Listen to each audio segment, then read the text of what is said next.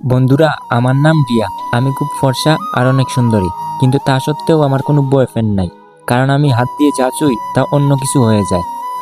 এই জন্য সবাই আমাকে ঘৃণা করে। আজকে রাজুকে আমার মনের কথা বলেই দিব। এই ছাড়ো আমাকে, আমাকে ছোঁয়ার চেষ্টাও করবা না। বন্ধুরা, আমি আমার এই হাতের জন্য অনেক চিন্তিত হয়ে গেছি, কারণ এখন আর আমাকে কেউ ভালোই বাসে না। আরে আমার পায়ে কি ব্যথা হয়েছে! প্লিজ আমাকে কেউ বাঁচাও, প্লিজ বাঁচাও। আমার হাত রাখতেই তার পা ঠিক হয়ে গেল।